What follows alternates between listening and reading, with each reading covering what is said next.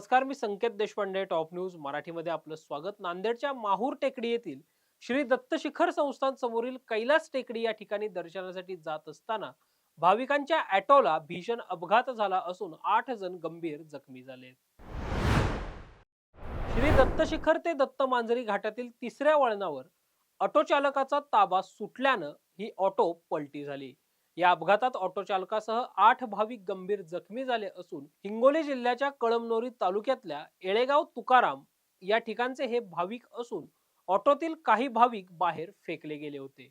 या सर्व भाविकांवर सध्या माहूरच्या ग्रामीण रुग्णालयात उपचार सुरू आहेत.